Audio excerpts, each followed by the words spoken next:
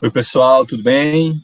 Aqui é o professor Darlan, certo? Da disciplina de Geografia da Escola Sales Campos. Eu estou aqui para a gente ver, né, para a gente fazer uma correção sobre as questões da revisão que vocês receberam aí a partir do dia 11, certo? Então, a gente está aqui para fazer essa correção com vocês conferirem aí o que é que vocês acertaram, né, o que é que não foi dessa vez, para que nas próximas semanas a gente consiga aí cada vez mais se aperfeiçoando, beleza? Para lembrar a vocês, nossa revisão, ela está aí organizada a partir dos 2 capítulos do livro de vocês, capítulo 5, que fala da população mundial, e o capítulo 6, que fala da população brasileira, certo? E aí, no nosso formulário, foi um resuminho aí básico, com alguns links, né, com alguns TDs, inclusive, para ajudar vocês e para ir também de olho no Enem, né? Vocês já aí têm aí a oportunidade de já ir trabalhando, vendo algumas questões, alguns assuntos são importantes até lá. Então, guardem esses arquivos, né, baixem, e, se possível, já vão aí se debruçando sobre eles, beleza? Também foi um videozinho de revisão e a gente vai comentar rapidamente aqui as 5 questões enviadas para vocês, beleza? Toda questão que liga o Enem sempre tem um aspecto a ser trabalhado. Eu trouxe aqui a primeira questão, um gráfico, que fala da taxa de fecundidade no Brasil de 1940 a 2010. Se vocês tiverem dúvida do que é taxa de fecundidade, volta aqui no resumo, e aí tem aí a explicação para vocês lembrarem, beleza? E a gente está vendo que essa taxa de fecundidade quer dizer mais ou menos o número de nascimentos por mulher, né? Quantos filhos cada mulher tinha em idade fértil no Brasil.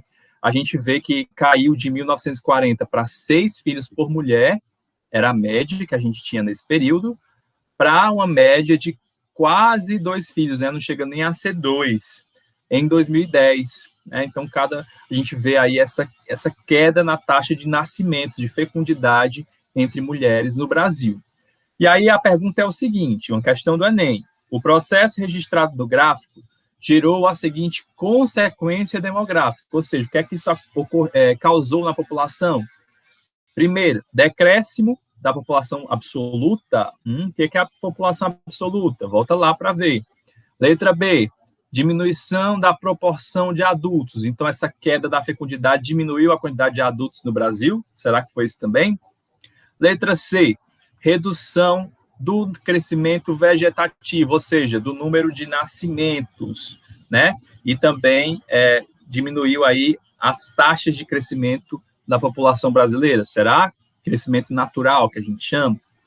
Letra D, expansão de políticas de controle de natalidade. Então, esse gráfico, só olhando para ele, a gente pode concluir que houve maiores políticas, maiores ações governamentais no intuito de diminuir a quantidade de filhos. Será que esse gráfico, só por ele, dá para tomar essa conclusão? Ou letra E, aumento da renovação da população economicamente ativa.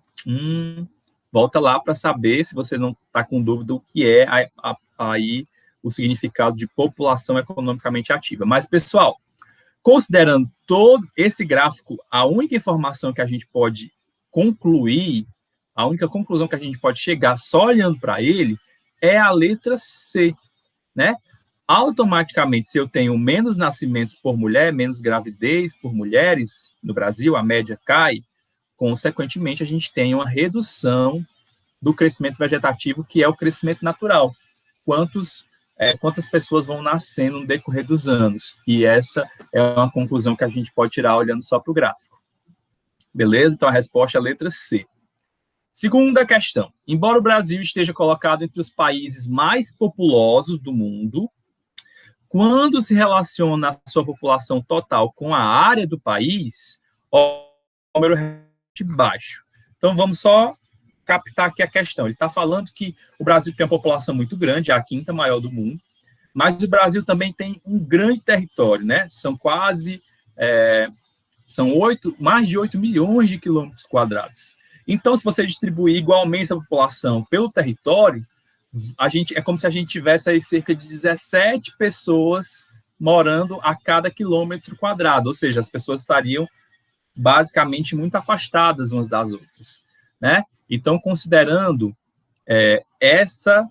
esse comparativo, população total versus área, a gente tem um número de distribuição muito pequeno. Então, essa relação da população versus a área, damos o nome de quê? Taxa de crescimento, índice de desenvolvimento, densidade demográfica, taxa de natalidade, taxa de fertilidade. É uma questão fácil, né? Quem tiver dúvida vai fazer o quê? Vai olhar cada um desses conceitos lá no resumo. Se tiver uma explicação para isso lá, aí você analisa e vê qual é a que melhor cabe com a relação população dividida por área. E aí você vê que a resposta é a letra C. Densidade demográfica sempre é a relação quando eu pego toda a população e divido pela quantidade de espaço que tem num país. Aí você vai ter um dado chamado densidade demográfica. Beleza? A resposta é a letra C. Vamos para a terceira. Também fácil, sobre a população, a alternativa verdadeira é, vamos analisar cada item e ver se ele está correto ou errado. Só tem uma alternativa verdadeira, hein? Vamos lá. Letra A, a população relativa, que é a população dividida pela área, né? Que é calculada a partir da densidade demográfica, vocês podem ir lá no resumo, lá em cima no formulário e conferir, é o número total de habitantes de um local. Na verdade, o número total de habitantes por um local é a população absoluta, certo? Então, a A está errada, né? População absoluta é o número total de habitantes. Letra B, pode-se chamar uma área ou região de muito povoada quando ela possui uma grande população absoluta. Será? Nem sempre. Às vezes tem uma grande população no país, mas ele também tem um grande território, né? Então, o que é uma área povoada? É uma área que pode ser grande, pode ser pequena, não importa, desde que ela esteja completamente ou com muita concentração de pessoas, certo? Então, não importa muito o tamanho dessa área. Eu quero saber se ela é muito povoada, ou seja, se ela tem uma grande concentração de pessoas, certo? Então, a B está errada por isso, porque uma área ou região muito povoada nem sempre tem uma grande população. Às vezes eu tenho uma cidade com muita gente, mas a cidade também é pequena. Então, isso faz com que ela tenha uma grande concentração. Tá bom? Então, a letra B é uma casquinha de banana, cuidado, mas ela está errada, viu? Letra C. As áreas anecumênicas são aquelas de grande concentração populacional. Geralmente são áreas urbanas de grande concentração industrial. Essa também não é uma questão, primeiro que é um termo que você não viu lá no resumo, né? Então, é uma questão que a gente não... E se você fizer uma pesquisa aí rápida no Google com esse termo áreas anecumênicas, você vai ver que não tem muito a ver com o que a gente está falando sobre população, beleza? Letra D. Densidade demográfica é a divisão da população relativa pela área do local. Opa! População relativa foi por pouco, hein? No caso, a densidade demográfica é a divisão da população absoluta, é toda a população dividida pelo tamanho da área. A população relativa já é o resultado dessa divisão, a letra D está errada por muito pouco. Então, se sobrou a E, as áreas onde a população absoluta é grande são chamadas de área de grande concentração populacional. Verdadeiro. Você pega uma área e ela tem uma grande população absoluta, então, consequentemente, ali tem uma concentração populacional. Beleza? Quarta questão, a gente tem um quadro, esse quadro vocês já conhecem, né? A gente já trabalhou com ele, e aí traz o crescimento natural da população brasileira em décadas, né? Então, você tem aqui um índice. Obviamente, a gente tem um crescimento maior, quanto maior o número aqui, maior a porcentagem, maior foi o crescimento naquele período da população brasileira. O que é que a gente observa? Que ela tinha 1,9% de crescimento por ano, né? Cresceu, foi crescendo, chegou até quase 3% de crescimento por ano, e depois ele foi regredindo. Hoje a gente tem aí, né, o último dado de 2000, é de 1,64% de crescimento ao ano. Ou seja, a gente fez um crescimento, né, essa quantidade de crescimento, ele aumentou e depois diminuiu. Ok?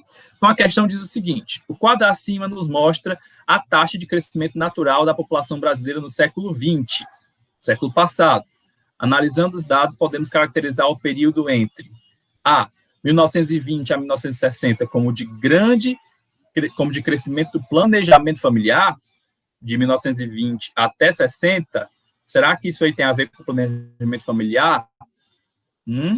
Letra B, 1950 a 1970, como de nítida explosão demográfica, 1950 a 1970. Como vocês observam aqui, esses dois períodos são os períodos que você tem o maior número, né? O maior índice de crescimento, a porcentagem é maior, 2,99 entre 50 e 60 e 2,89 de 60 a 70. E, de fato, a gente percebe que houve um crescimento maior do que o normal nesse período. No Brasil, pode chamar isso de explosão demográfica. Então, a gente está aí com a letra B correta. A gente vai só checar com as outras, né? A letra A, não dá para afirmar que houve um crescimento do planejamento familiar só olhando para esse gráfico, a gente precisava de outros elementos. Então, a questão só me dá o quadro, eu não posso concluir nada mais do que o quadro, certo? Então, cuidado com isso aí no Enem. Às vezes você acha que é uma coisa, mas você não tem como ter certeza com a informação que ele te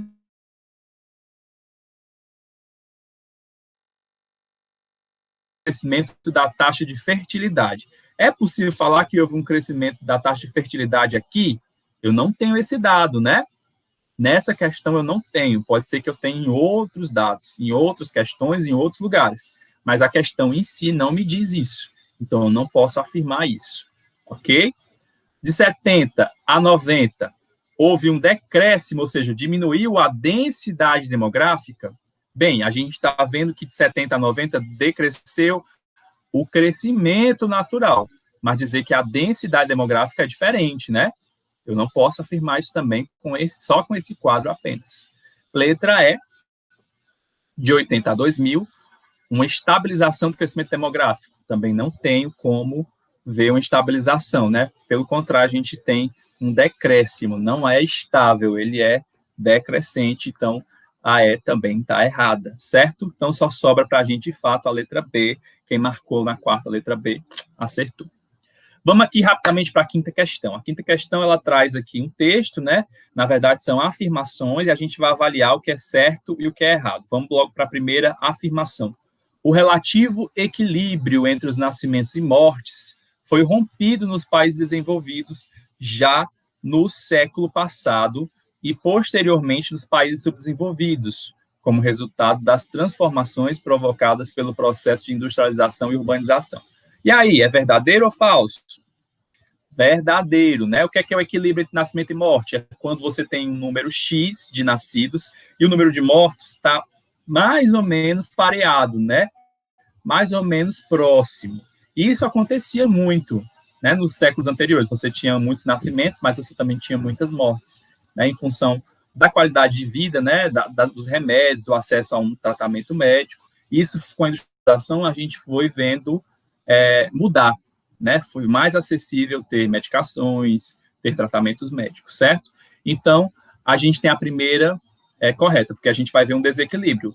Pode ter muitos nascimentos, mas não necessariamente muitas mortes. A gente vai conseguir diminuir as taxas de mortalidade a partir do século XX, certo? Então, a primeira está certa, sim. Segunda questão, a mortalidade no mundo subdesenvolvido, ou seja, nos países pobres, declinou após a Segunda Guerra Mundial, mas os índices de mortalidade infantil ainda são muito elevados. Opa, será? Não, tá? A gente vai ter, em alguns países, uma baixa expectativa de vida, né? As pessoas tendem a viver menos em países mais pobres, especialmente na região da África subsaariana. Então, essa segunda questão também não está correta. Então, a gente só tem a primeira até agora. Terceira, os índices de mortalidade, os índices de esperança de vida ao nascer já são equivalentes entre os países subdesenvolvidos e industrializados e os de industrialização clássica. Sim, né, a gente tem um decréscimo tanto nos países mais ricos, países desenvolvidos, de industrialização clássica, como também os subdesenvolvidos e industrializados, são aqueles países pobres, mas que têm uma industrialização. Eles também conseguiram diminuir, como é o caso do Brasil, aliás, eles conseguiram ampliar um pouco, né, essa questão aí da da esperança de vida, né, da expectativa de vida. Quarta questão, uma característica marcante das últimas décadas foi a redução do número de filhos nos países desenvolvidos capitalistas e socialistas, transformação que não foi alcançada pelos países emergentes. Ops, não dá para afirmar isso, né? É uma questão que, por exemplo, o Brasil, a gente viu lá naquela questão, que o Brasil conseguiu diminuir o número de filhos por mulher, a taxa de fecundidade, e o Brasil é um país emergente, considerado um país emergente, né? Então, a quarta está errada. Então, a gente só tem correta primeira e terceira afirmações. A resposta só pode ser, então, a letra C, 1 e 3. Beleza? Então, é isso, pessoal. Chequem aí as respostas de vocês e a gente vai ter mais revisões, então fiquem atentos, tá? Então, fica aí o alerta e a gente está por aqui para os próximos Tira Dúvidas com vocês. Beleza? Então, valeu, um abraço, se cuidem e até a próxima. Tchau, tchau.